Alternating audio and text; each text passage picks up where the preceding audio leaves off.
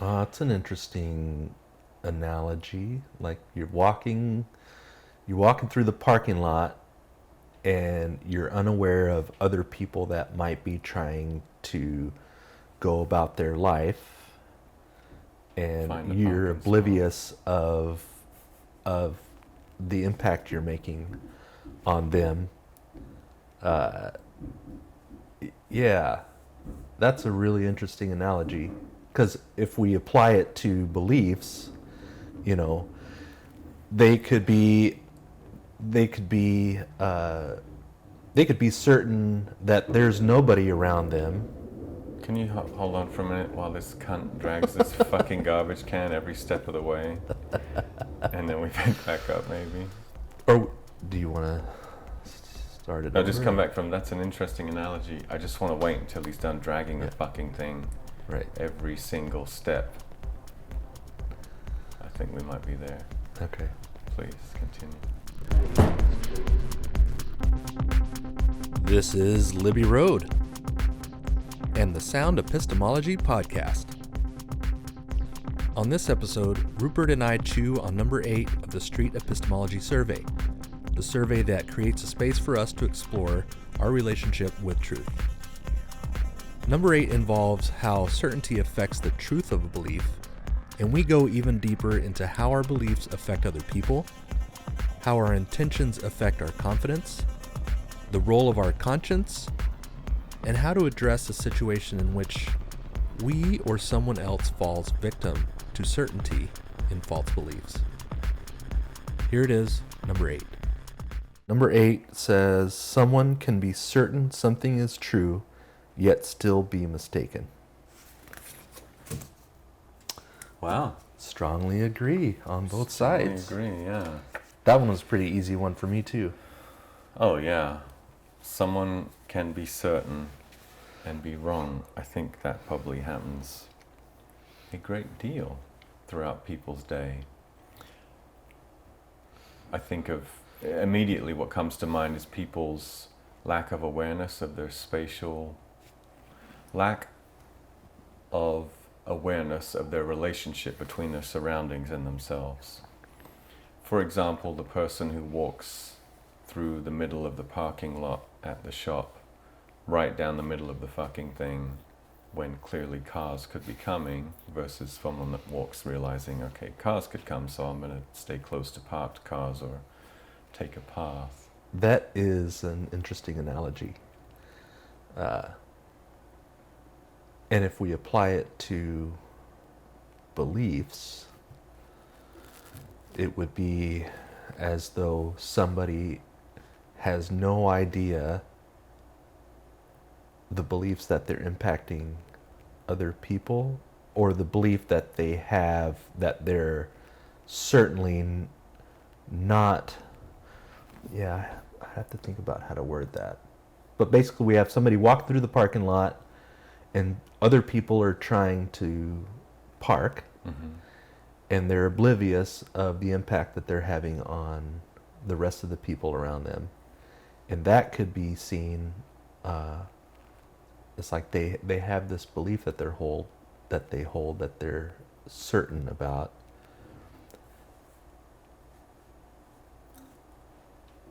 It's the same feeling as if holding a belief that's true and holding a belief that's not true are the same feeling. You have the same feeling. Yeah, in that moment. There's Maybe you can describe the analogy and apply it to. I'm having a difficult time putting it into the right words. Yeah, I think I'm thinking of that lack of awareness. When you're certain something is true but you're mistaken, there's a lack of awareness between you and your surroundings.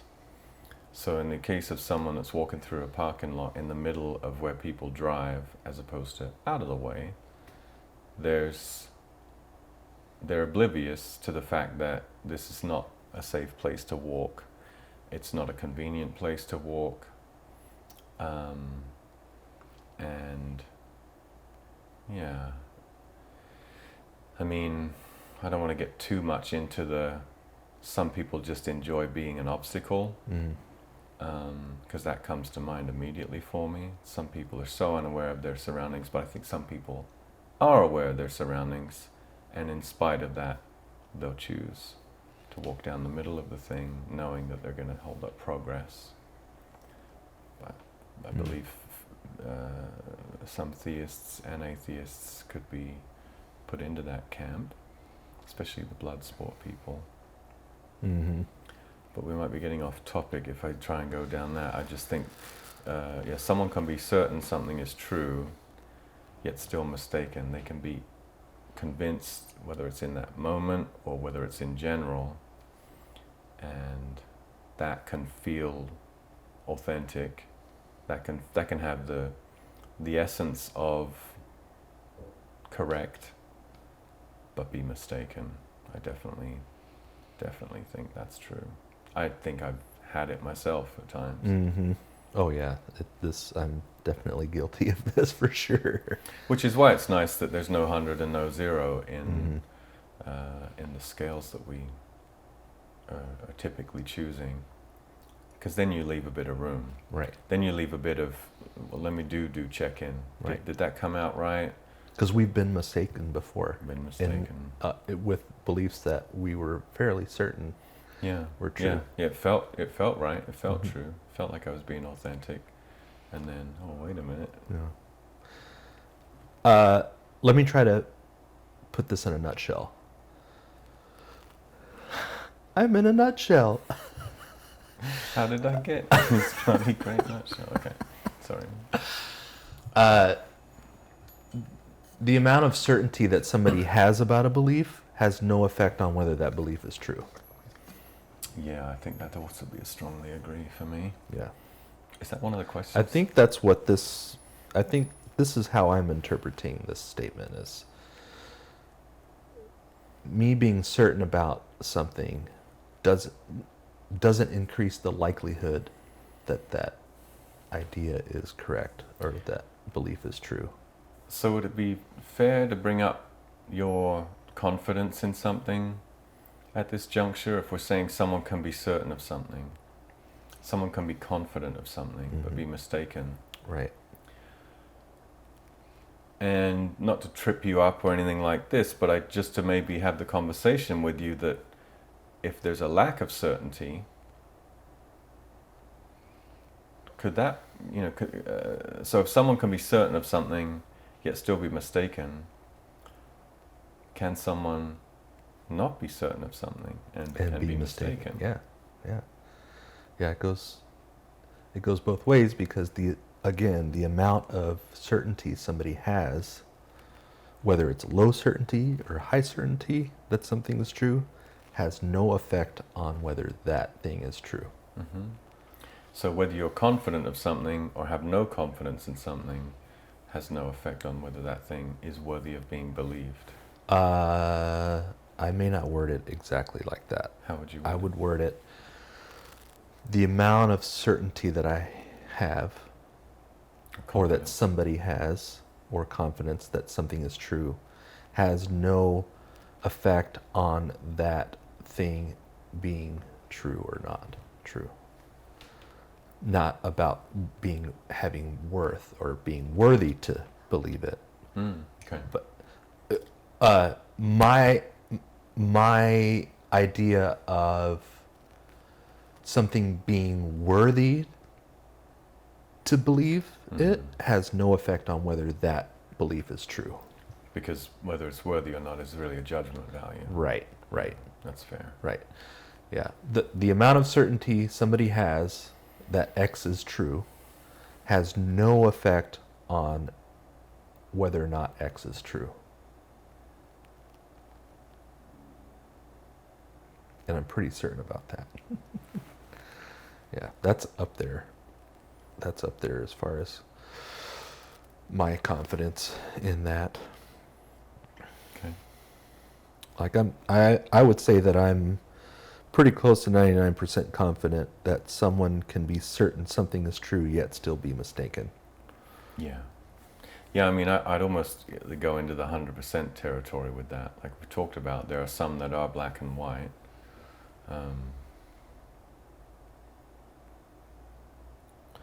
This would be an example of a true dichotomy for you then? Mm-hmm. Yeah, or very close to it.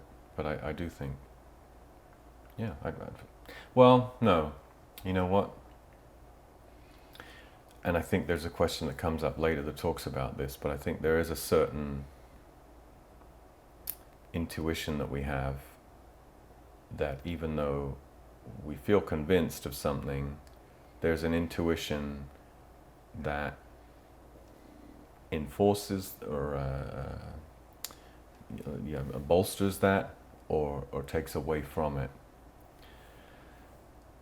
If it's, even though we're confident it's not true, I think there is an intuitive part of us that guides us. Sometimes sometimes we can hear it better, sometimes we can't hear it as well. But when we quiet down and listen, that the things that we're confident in, I think there is a different because we're talking about a feeling state. Someone can be certain. That's a feeling state. Mm-hmm. I am certain of this. That's a feeling, and that's not a definite. That's not an actual. It's interpretive. It's subjective, and so I think along with that is an intuition that's maybe from a greater source than just us, or from a greater place of just this address, that has that wisdom, has that knowledge, and I think it does, it gives us a different feeling when we're certain of something and the intuition is backing us up, or when we're certain of something and our intuition is saying, well, maybe check into that. And it's all based on feeling. Right, and those are very different feelings is what I'm proposing. Mm. You can be certain of something with the intuition backing you up, and that's a certain feeling, and you can be certain of something with the intuition nagging away at you. Mm. Mm. And they might feel similar, but when we really look at what it feels like, when we really observe and note what those feelings are, they're coming from different places. They're different sensations. Okay. Could you have the same amount of certainty about two different things, and one of them has that kind of nagging sensation?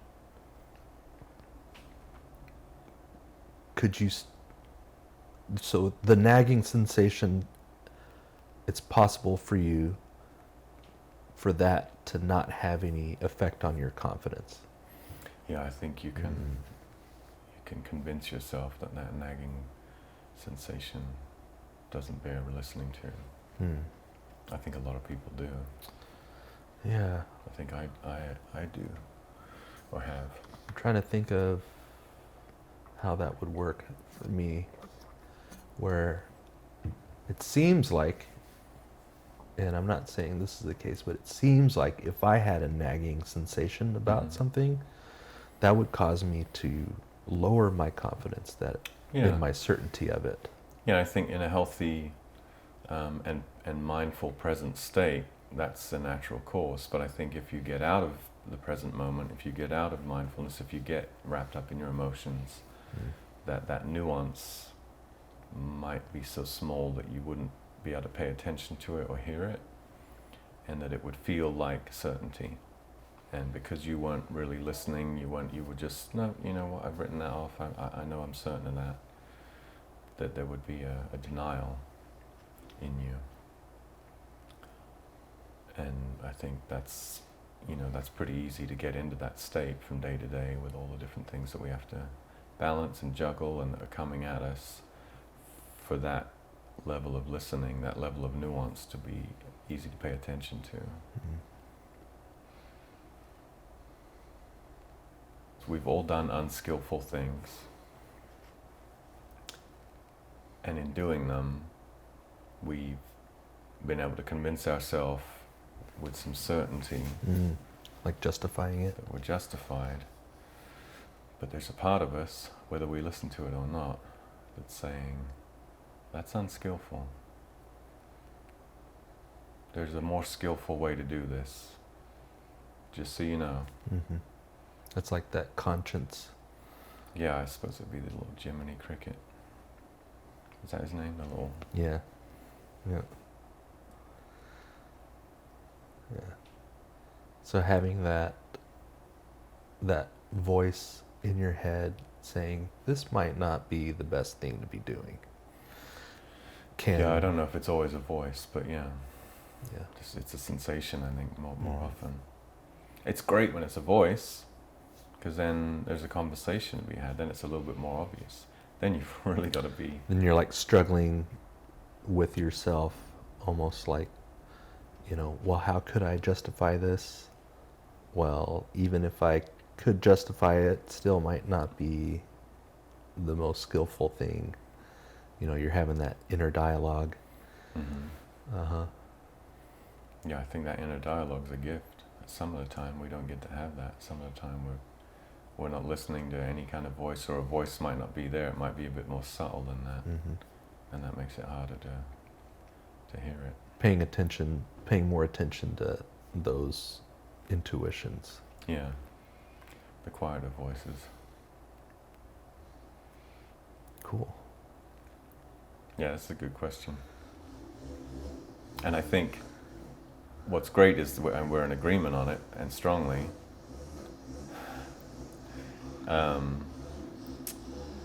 But I think it's a scary question, because I think, there's definitely going to be some people that are certain about something, and they would not be open to being mistaken. Yeah. And that's a dangerous place to be operating from. Yeah. So in SE, we try to expose that with somebody that may not have access to that exposure within themselves. And so we try to think of ways to have them explore that. And so, if somebody says, I'm certain X is true, and that's a good reason to think that it's true, Mm-hmm. then a question that we might present is, have you ever been in a situation where somebody thought, or where you thought you were certain, and you later found out that you were mistaken about it? Is that possible? Has that ever happened? Have you ever been in a situation where that's happened with somebody else? And if that's the case, if it's possible for that to happen, how do we go about finding out that that's not happening now? Yeah. Yeah, that's a skillful line of questioning, I think. Just to kind of hold up the mirror. And, Right. are you seeing this? Are you seeing what you're saying? Holding up a mirror back to themselves of what they're saying and what they claim to believe. Yeah. Yeah. Should we move on? Yep. All right. And cut. And cut.